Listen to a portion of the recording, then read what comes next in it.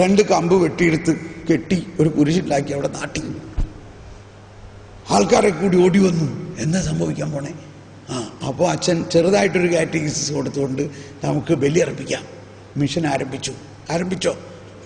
ഇന്നും അവിടെ ചെല്ലുമ്പോൾ പറയുന്നത് അവിടെയാണ് കേട്ടോ ആദ്യം ഞങ്ങൾ കുർബാന അർപ്പിച്ചത്. ആ മരത്തിൻ്റെ ചുവട്ടിലെ കല്ല്, ആ കല്ല് അവിടെ മാറ്റിയിട്ടില്ല. ഇവിടെ പള്ളിയൊക്കെ പണിതു, പക്ഷെ അവരെ സംബന്ധിച്ച് പോണ വഴിക്ക് ആ കല്ലിൻ്റെ അവിടെ വന്ന് കുരിശ് വരച്ചാലേ അവർക്ക് സമാധാനമുള്ളൂ. കാരണം അവിടെയാണ് ആദ്യത്തെ ബലിയർപ്പിച്ചത്. അങ്ങനെ ആ ബലിയാണ് അവിടുത്തെ മിഷൻ മാസ് എന്ന് പറയുന്നത് അല്ലേ? മാസ് എന്ന് പറഞ്ഞത് ഇറ്റ് ഈസ് മിഷൻ. അങ്ങനെ മാസ് അല്ലെങ്കിൽ കുർബാനയിലൂടെയാണ് മിഷൻ ഉണ്ടാകുന്നത്. ഓക്കെ, അപ്പോൾ ഇനി അനാഫറ കഴിഞ്ഞു, ഉയർപ്പ്. Through him with him in him in the unity of the holy spirit. ആ സെക്കൻഡ് എലിവേഷനിലാണ് സ്വർഗാരോഹണം. ഈശോന്റെ സ്വർഗാരോഹണമാണ്. ആ സ്വർഗാരോഹണ സമയത്ത് ഈശോ പറഞ്ഞു, നിങ്ങളാരും പട്ടണം വിട്ട് പോകരുത്, എല്ലാവരും ഇവിടെ തന്നെ ഇരിക്കുവിൻ. ഞാൻ പിതാവിൻ്റെ വാഗ്ദാനമായ പരിശുദ്ധാത്മാവിനെ അയച്ചു തരുന്നവരെ ആരും പോകരുത്. അതായത് നിങ്ങൾ ആ പരിശുദ്ധാത്മാവ് വന്നു കഴിയുമ്പോൾ മാത്രമേ ഞാൻ വന്നതും ജനിച്ചതും വളർന്നതും രക്ഷാകര സംഭവം മുഴുവനും അർപ്പിച്ചതിൻ്റെ ആ സത്ത് മുഴുവനും നിങ്ങളിലേക്ക് അങ്ങ് തരാൻ പോവുകയാണ്. പിന്നെ നിങ്ങൾ ഓരോരുത്തരും ഞാനായിട്ട് മാറും. ഞാനിവിടെ പിന്നില്ല, പക്ഷെ നിങ്ങളാണ് പിന്നെ എൻ്റെ പ്രവൃത്തി തുടരുന്നത്. അതാണ് പന്തക്കുസ്ത, അതാണ് വിശുദ്ധ കുർബാന സ്വീകരണം. അപ്പോൾ വിശുദ്ധ കുർബാന സ്വീകരണത്തിൽ വാസ്തവത്തിൽ പന്തക്കുസ്തായിൽ എല്ലാവരും ക്രിസ്തുവായിട്ട് മാറി. ക്രിസ്തു സ്വർഗാരോഹണം ചെയ്തു, എല്ലാവരും ക്രിസ്തുവാക്കി മാറ്റി. അതുപോലെ വിശുദ്ധ കുർബാനയിൽ സ്വീകരണത്തിൽ ക്രിസ്തു നമ്മളിൽ വന്നുകൊണ്ട് നമ്മൾ ഓരോരുത്തരിലും ക്രിസ്തു നിറഞ്ഞു. നമ്മളിനി ആര് ക്രിസ്തു ചെയ്ത കാര്യങ്ങളൊക്കെ നമ്മൾ ചെയ്യും. അതാണ് അഗസ്തീനോസ് പറഞ്ഞത്, A Christian become what he Eats. അവൻ തിന്നുന്നത് പോലെ അവനാകുന്നു. അവൻ എന്ത് തിന്നുന്നു? ആരെ തിന്നുന്നു? ക്രിസ്തുവിനെ തിന്നുന്നു. അതുകൊണ്ട് അവൻ ആരായി മാറും? ക്രിസ്തുവായിട്ട് മാറും. അതിനുശേഷം സമാപന ശുശ്രൂഷയിൽ നമ്മൾ പ്രതീക്ഷിക്കുന്നത് ഇപ്പോൾ സ്വീകരിച്ച ഈ ദിവ്യ രഹസ്യങ്ങൾ നമുക്ക് വരാനിരിക്കുന്ന ആ പുതിയ ആകാശവും പുതിയ ഭൂമിയുടെയും അച്ചാരമാണെന്നാണ്. അതൊക്കെ ഇവിടെ പറഞ്ഞിട്ടുണ്ട്. ആ അച്ചാരമാണ് നമ്മൾ സ്വീകരിക്കുന്നത് ആ സ്വർഗരാജ്യത്തിൽ. അതാണ് സ്വർഗരാജ്യത്തിലുള്ള വിശ്വാസം വഴി കർത്താവ് വിശ്വസിക്കാരുടെ രക്തം സ്വീകരിക്കാൻ തരുന്നത് നമ്മൾ ക്ഷണിക്കുന്നു. ഇതിപ്പോ അങ്ങനെ പറയാൻ പറ്റുന്നുള്ളൂ. എന്താ പറഞ്ഞത്? സ്വർഗരാജ്യത്തിലുള്ള വിശ്വാസത്തോടെ. സ്വർഗരാജ്യത്തിൽ എന്ന് പറഞ്ഞാൽ ഇവിടെ ജീവിക്കുമ്പോൾ ഉള്ള യേശുവിൻ്റെ രാജ്യത്തിലുള്ള മാമോദീസായിലൂടെ സ്ഥൈര്യലേപനത്തിലൂടെ നമ്മൾ സ്വർഗരാജ്യത്തിലാണ് എന്ന് മാത്രമല്ല, ഈ വരാനിരിക്കുന്ന eschatological new heaven and earth, ആ അന്ത്യവിധിയും അന്ത്യവിധിക്ക് ശേഷം ഉണ്ടാകാൻ പോകുന്ന പുതിയ രാജ്യത്തിൽ ഉള്ള വിശ്വാസം, ആ വിശ്വാസത്തിലേക്ക് ഉള്ള പാസ്പോർട്ടും വിസയും എല്ലാം നമുക്ക് ഇവിടെ കിട്ടിക്കഴിഞ്ഞിരിക്കുന്നു ഈ വിശുദ്ധ കുർബാന സ്വീകരണത്തിൽ. പ്രീതികലർന്ന യുഗാന്ത്യത്തിൽ സ്വർഗീയോസ്ലേം നഗരത്തിൽ മാലാഖമാരൊത്തു വലം ഭാഗം ഞങ്ങൾ കരുളണമേ. അങ്ങനെയാണ് നമ്മളിത് അവസാനിപ്പിക്കുന്നത്. സന്തോഷമായോ? അപ്പോൾ ഈ ബോധ്യങ്ങളോടെ നമ്മളിപ്പോൾ ഒരു 5-10 മിനിറ്റ് ബ്രേക്ക് എടുത്തിട്ട് നമ്മൾ 10 മിനിറ്റ് അല്ല 15 മിനിറ്റ് ബ്രേക്ക് എടുത്തോ, വെള്ളമൊക്കെ കുടിച്ചു. എന്നിട്ട് നമ്മൾ അഭിഷേക പ്രാർത്ഥനയിലേക്ക് പോകുന്നു. അഭിഷേക പ്രാർത്ഥന കഴിഞ്ഞാൽ ഉടനെ തന്നെ വിശുദ്ധ ബലിയർപ്പണം. അങ്ങനെ നമ്മൾ ഇതിൻ്റെ അവസാനത്തിലേക്ക് വരുന്നു. അപ്പോൾ നമ്മളൊന്നും കൂടി വിചിന്തനം ചെയ്യുന്നു. 2 കാര്യമാണ്: രൂപാന്തരീകരണം, പുതിയ സൃഷ്ടിയാകുക; വീണ്ടും ജനനം വചനത്തിലൂടെ, പരിശുദ്ധാത്മാവിലൂടെ, കുർബാനയിലൂടെ. ജീവന്റെ വചനം, ജീവന്റെ ജലം, ജീവന്റെ അപ്പം. ഇത് മാത്രം നമ്മൾ മുറുകെ പിടിച്ചുകൊണ്ട് നമ്മളെ പഴയതിനെ വിട്ടുകളയുക, പുതിയതിനെ പൂർണ്ണമായി മുറുകെ പിടിച്ചുകൊണ്ട് നമ്മളിൽ ഒരു രൂപാന്തരീകരണം നടക്കാൻ പോവുകയാണ്. നാളെ മുതൽ നമ്മൾ, അല്ലെങ്കിൽ ഇത് കഴിഞ്ഞാൽ ഉടനെ തന്നെ നമ്മൾ വേറൊരാളാണ്. വേറൊരാളാണ്. ആകുമോ? ഇപ്പൊ ഓൾറെഡി നിങ്ങൾക്ക് തോന്നണില്ലേ ആ പഴയ പടം പോയിന്ന്? എന്താ പറഞ്ഞേ?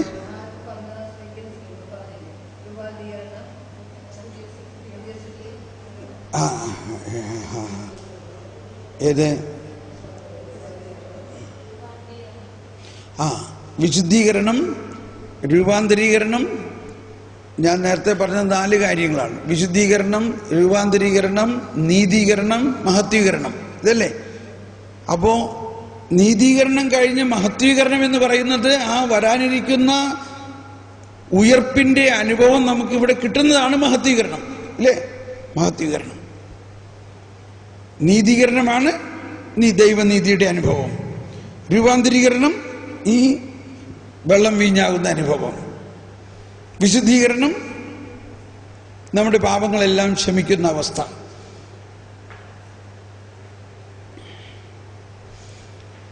ഇനി എന്തെങ്കിലും ഒരു സംശയമോ ഒരു തെറ്റുതിരുത്തലോ ഉണ്ടെങ്കിൽ പറയാം.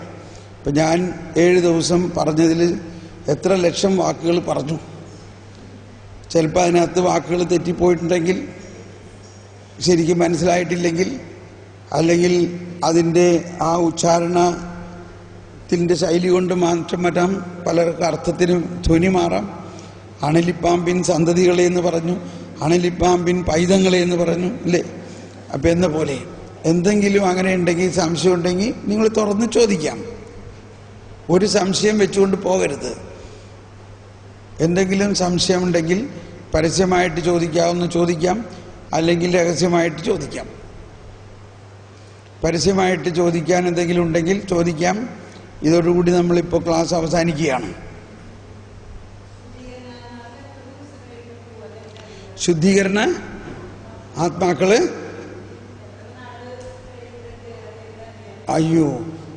ഇതെല്ലാം വിശ്വാസമാണ്.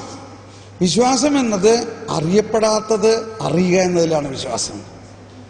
കാണപ്പെടാത്തത് ഉണ്ടെന്നുള്ള ബോധ്യമാണ് വിശ്വാസം. നമ്മൾ വിശ്വസിക്കുന്നത് എന്താണ്? ഈ ശുദ്ധീകരണ സ്ഥലത്തിലെ ആത്മാക്കള് അവരാരാ? അവര് മാമോദീസ സ്വീകരിച്ചവരാണോ? ഒന്ന് ചിന്തിക്കുക. ഇപ്പം നമ്മുടെ ഒരു സ്വന്തം ഒരാളെ ചിന്തിക്കുക. ഒരാളെക്കുറിച്ച് നമുക്ക് ഭയങ്കര ആവലാതിയാണ്. അയാൾ എത്ര നാൾ അവിടെ കിടക്കുമോ? അപ്പോൾ ആ അവലാതി, ഇപ്പം ഞാനൊരു ഉദാഹരണം പറയാം. ഒരു സിസ്റ്റർ എന്നോട് പറഞ്ഞു, എനിക്ക് ഭയങ്കര പ്രയാസമാണ്. കാരണം അമ്മ മരിച്ചിട്ട് 2 വർഷമായി. ഇപ്പോൾ ഒരു ബ്രദർ വന്നിട്ട് പ്രാർത്ഥിച്ചാൽ പറഞ്ഞു, അമ്മയുടെ ആത്മാവ് ഇപ്പോഴും ഇവിടെ തന്നെ കിടന്ന് കറങ്ങാണ്. അത് കേട്ട വഴി എനിക്ക് ഭയങ്കര പ്രയാസമായി. ഞാൻ പറഞ്ഞു, നിങ്ങളൊരു സിസ്റ്ററാണ്, ആ മാതിരി സംസാരിക്കണം. അതെന്താ അങ്ങനെ പറയണ ബ്രദറെ? നിങ്ങളുടെ അമ്മ മാമോദിസ സ്വീകരിച്ചാണോ? പിന്നെ അല്ലാണ്ട്. ഓക്കെ. അമ്മ സ്ഥൈര്യലേപനം സ്വീകരിച്ചാണോ? പിന്നെ അല്ലാണ്ട്. അമ്മ കുർബാനയ്ക്ക് പോകാറുണ്ടോ? എല്ലാ ദിവസവും പോകാറുണ്ട്. അപ്പോൾ ഈ ബോധ്യത്തിലൂടെ അമ്മ മരിക്കണേക്ക് മുമ്പ് വേണ്ടുന്നതെല്ലാം സ്വീകരിച്ചോ? നല്ല മരണമായിരുന്നു. അപ്പോൾ ഈ ബോധ്യങ്ങളിൽ നിങ്ങളുടെ വിശ്വാസം എന്താ നിങ്ങളോട് സംസാരിക്കണേ? എൻ്റെ ശരീരം ഭക്ഷിച്ചു എൻ്റെ രക്തം പാനം ചെയ്യുന്നവർ എന്നിലും ഞാൻ അവനിലും വസിക്കും. അപ്പൊ ഈ വിശ്വാസം അനുസരിച്ചാണ് നമ്മൾ ചിന്തിക്കേണ്ടത് ആ ആത്മാവിന്റെ സ്ഥിതി എന്താണെന്ന്. മനസ്സിലാവുന്നുണ്ടോ? ഇനി അവനൊരു മഹാപാപിയായിരുന്നു. വേറൊരാൾ അവൻ മരിക്കുന്നതിന് മുൻപ് മനസ്തപിച്ച് കുമ്പസാരിച്ചു, വേണ്ടുന്നതെല്ലാം സ്വീകരിച്ചു. അവൻ്റെ അവസ്ഥ എന്തായിരിക്കും? അപ്പം നമ്മൾ ആ രീതിയിലാണ് ചിന്തിക്കേണ്ടത്. അതിനാണ് ഇത്രയും വചനമൊക്കെ പഠിക്കുന്നത്. അബ്രാഹാം, ലാസറും മറ്റേ ധനവാനും. ധനവാൻ പറയാണ്, അവിടെ നിന്ന് ലാസറിനൊന്ന് 2 അയക്കി എൻ്റെ വീട്ടുകാരോടൊന്ന് പറയാൻ. അപ്പം കർത്താവ് പറഞ്ഞു, അതിന് നിയമവും പ്രവാചകന്മാരും ഒക്കെ അവിടെ പറഞ്ഞിട്ടുണ്ട്, അത് കേട്ടാൽ മതി, ലാസറിനെ അയക്കേണ്ട ആവശ്യമില്ല എന്ന് പറഞ്ഞാൽ ഈ വചനം നമ്മൾക്ക് തന്നിരിക്കുന്നതാണ്. നമ്മൾ ആ വചനത്തിൻ്റെ വെളിച്ചത്തിൽ കാണണം. നമുക്കിവിടെ ആരെങ്കിലും ദർശനത്തിൽ കിട്ടിയെന്നുള്ളതല്ല ചിന്തിക്കേണ്ടത്. കർത്താവ് ഈശോ മിശിഹ പറയുന്നതും ഓരോ കുർബാനയിലും ഈ ഭക്ഷിച്ച ശരീരം നിങ്ങൾക്ക് എന്തൊക്കെ തരുമെന്ന് അതിനകത്ത് പറയുന്നുണ്ട്. അങ്ങനെ അങ്ങ് വിശ്വസിക്കും. നമുക്കിപ്പോൾ ഉണ്ടായിരിക്കുന്ന പ്രശ്നം, നമ്മൾ പുറകോട്ട് പോയിക്കൊണ്ടിരിക്കുകയാണ്. ഈ പൂർവ്വശാപവും ഈ അതിപ്രസരണമാണ്. ഒരുപാട് പേര് ധ്യാനം കഴിയുമ്പോൾ ഈ പുസ്തകം കൊണ്ടുവന്ന് തരാറുണ്ട് എൻ്റെ അടുത്ത്. ഇത് ബ്രദർന്ന് വായിക്കും, ഏത് ഈ ശുദ്ധീകരണ സ്ഥലത്തിലെ ആത്മാക്കളെ കുറിച്ച്. അതിനകത്ത് ഒറ്റ ലൈൻ അത് വായിച്ചിട്ടുണ്ടാവും സിസ്റ്റർ. അത് തൃശ്ശൂരിൽ നിന്ന് ഇറക്കണത്, തൃശ്ശൂർക്കാർക്ക് എല്ലാവർക്കും കിട്ടിയിട്ടുണ്ടാവും. അതിനകത്ത് എവിടെയെങ്കിലും ഈ കാറ്റഗിസത്തിലെ ഒരു വാക്ക് എഴുതിയിട്ടുണ്ടോ? പറയും. അപ്പൊ നമ്മൾ ആധികാരികമായ പ്രബോധനത്തിലൂടെ മുന്നോട്ട് പോകണം. ഒരുപാട് വിശുദ്ധന്മാർക്ക് കിട്ടുന്ന വെളിപ്പെടുത്തലുകൾ സഭ പഠിച്ചിട്ടാണല്ലോ ഇത് എഴുതിയിരിക്കുന്നത്. അപ്പൊ അതിൻ്റെ എല്ലാം വിശ്വാസത്തിന്റെ വെളിച്ചത്തിൽ നമ്മൾ മനസ്സിലാക്കണം. ചിലർ വേറെ ഉണ്ട്, ഞങ്ങൾ ദർശനത്തിൽ അല്ലെങ്കിൽ ഞാൻ നരകത്തിലും ശുദ്ധീകരണ സ്ഥലത്തിലും പോയി വന്ന ആളുകൾ പറയണം, അതെങ്കിലും വിശ്വസിക്കുന്നു. അത് വിശ്വസിക്കാൻ കർത്താവ് പറഞ്ഞിട്ടുണ്ടോ? ഇവിടെ നമ്മളുടെ വചനം വിശ്വസിക്കണോ, നരകത്തിൽ പോയി വന്ന ആള് പറയണത് വിശ്വസിക്കണോ? അതും ഒരു കടലാസ് കണ്ടിട്ടുണ്ടോ ഇല്ലയോ? നരകത്തിലും ശുദ്ധീകരണ സ്ഥലത്തിലും പോയി വന്ന ആള് പറയാണ്, അവിടെ ചെന്നപ്പോൾ അവിടെയൊക്കെ ബിഷപ്പുമാരും അവരൂരൊക്കെ അവിടെ കണ്ടു. ഇത് കേൾക്കുമ്പോൾ നമുക്ക് എന്താ തോന്നണേ? അത് വിശ്വസിക്കണോ? ഈ പ്രബോധനം വിശ്വസിക്കണോ? ഞാൻ ഒരു ട്രാൻസിലായിരിക്കുമ്പോൾ എനിക്കും ദർശനത്തിലൂടെ നരകവും സ്വർഗവും കണ്ടൂടെ? എനിക്ക് ഒരു രോഗം വന്ന് വേറൊരു അബോധാവസ്ഥയിലായിരിക്കണോ? ഒരുപാട് പേർക്ക് ഇത് കണ്ടു പരിചയമുണ്ട്. നമ്മളിപ്പോൾ ആരെയും ക്രിട്ടിസൈസ് ചെയ്യല്ല, നമ്മളോട് എന്ത് വിശ്വസിക്കാനാണ് പറഞ്ഞേക്കണത്? ഈശോ പറഞ്ഞിരിക്കുന്നു, യോഹന്നാന്റെ സുവിശേഷം 7-ാം അധ്യായം 16-ാമത്തെ വചനത്തിൽ പറഞ്ഞതാണ് എന്നെ വളരെയധികം സ്വാധീനിച്ച ഒരു വചനം. എൻ്റെ പ്രബോധനം എൻ്റേതല്ല, എന്നെ അയച്ചവൻ്റേതല്ല. ഈശോ വരെ സ്വന്തം പ്രബോധനം എടുത്തുപയോഗിക്കുന്നില്ല. അപ്പൊ നമ്മൾ ആരും നമ്മുടേതായ ഒരു പ്രബോധനം പറയാനല്ല വിളിക്കപ്പെട്ടിരിക്കുന്നത്. ഞാനിപ്പോൾ ഈ പറഞ്ഞത് എല്ലാത്തിനും ഉപോദ്ബലകമായ ഒരു സ്ക്രിപ്ചർ കൊട്ടേഷനോ ഒരു കാറ്റഗീസൺ റെഫറൻസോ തന്നിട്ടുണ്ടോ ഇല്ലയോ? It's an engineering derivation. നമ്മളൊരു ആൾജിബ്ര, മാത്തമാറ്റിക്സ്, ട്രിഗ്നോമെട്രി പഠിക്കുമ്പോൾ നമ്മൾ പോയിന്റ് ബൈ പോയിന്റ് പറയണമാതിരി വ്യാഖ്യാനിച്ച് തന്നിട്ടുണ്ടോ ഇല്ലയോ? എന്തെങ്കിലും ഒരു അംബിക്വിറ്റി, ഒരു ക്ലാരിറ്റി കുറവുണ്ടെങ്കിൽ നിങ്ങൾ പറയും. അങ്ങനെ നമ്മൾ പഠിക്കുകയും നമ്മൾ പഠിക്കുമ്പോൾ തന്നെ ഇന്നതനുസരിച്ച് എന്നുള്ളത് ക്ലിയർ ആയി കഴിഞ്ഞാൽ പിന്നെ നമുക്ക് ഡൗട്ടില്ല. അപ്പൊ അതിന് പറ്റിയ ഒരു വളരെ സുന്ദരമായ ആത്മീയമായ ഏറ്റവും ശക്തമായ പ്രബോധന രേഖയാണ് മതബോധന ഗ്രന്ഥം. ഇതിൽ 5 സോഴ്സുകളാണുള്ളത്. 1 സഭയുടെ പ്രബോധനം, 2 വിശുദ്ധന്മാരുടെ പ്രത്യേക വെളിപ്പെടുത്തലുകൾ, 3 ഡോക്ട്രിൻ ഓഫ് ദ ചർച്ച്, 4 വിശുദ്ധ ലിഖിതങ്ങൾ, 5 സഭാപിതാക്കന്മാരുടെ പ്രബോധനം. അപ്പോൾ സഭാപിതാക്കന്മാരെന്ന് പറഞ്ഞ ആരാണ്? അപ്പസ്തോലന്മാർ കഴിഞ്ഞതിന് ശേഷം അപ്പസ്തോലന്മാർ നേരിട്ട് യേശുവിൻ്റെ അപ്പസ്തോലിക അധികാരത്തിലൂടെ വന്നവർക്ക് ശേഷം ഈ അപ്പസ്തോലന്മാരിൽ നിന്നും നേരിട്ട് അപ്പസ്തോലരായ, എന്നാൽ യേശുവിനെ കണ്ടിട്ടുണ്ടാവില്ല, അവരുടെ കൈവപ്പിലൂടെ വന്നിട്ടുള്ള അപ്പസ്തോലിക അധികാരത്തിൽ വന്നിട്ടുള്ളവരാണ് ആദ്യത്തെ കുറേ സെഞ്ചുറികളിലുള്ള സഭാപിതാക്കന്മാർ. അവര് ഭയങ്കര ശക്തമായ വിശ്വാസ പ്രസ്ഥാനങ്ങളായിരുന്നു. കാരണം അപ്പസ്തോലന്മാരൊക്കെ യേശുവിനെ കണ്ടിട്ട്, യേശുവിൻ്റെ മുഖാമുഖം, ഇവർ യേശുവിനെ കണ്ടിട്ടില്ല. ഏതുപോലെ നമ്മളുടെ പൗലോസ് അപ്പസ്തോലനെ പോലെ യേശുവിനെ കണ്ടിട്ടില്ല. അതാണ് ട്രെട്ടുല്യനും ഒരുപാട് സഭാപിതാക്കന്മാർ. അപ്പൊ ഈ സഭാപിതാക്കന്മാർ നൽകിയിരിക്കുന്ന പ്രബോധനങ്ങളെല്ലാം ഇതിനകത്ത് ചേർത്തിട്ടുണ്ട്. ഓരോ പാരഗ്രാഫിലും ഇങ്ങനത്തെ 4-5 സോഴ്സിൽ നിന്നാണ് എടുത്തിരിക്കുന്നത്.